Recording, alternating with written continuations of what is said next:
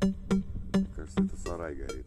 Сарай, и там чуть-чуть, мусорка будет забить. Это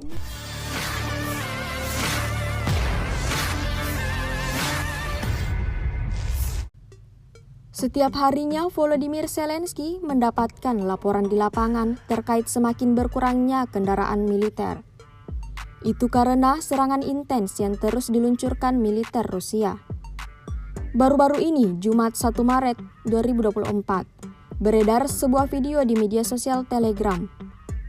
Video yang memperlihatkan kondisi hancurnya salah satu kendaraan militer pamungkas Ukraina. Diketahui, tank yang terekam terbakar dan rusak parah itu adalah tank T-72M1 Ukraina. Alat tempur itu ditinggalkan pemiliknya di kota selatan Krasnohorivska, dekat Donetsk, setelah dikepung serangan militer Rusia. Tidak diketahui pasti seperti apa keadaan awak dari tank tersebut. Video ini viral dan menuai beragam reaksi dari warganet.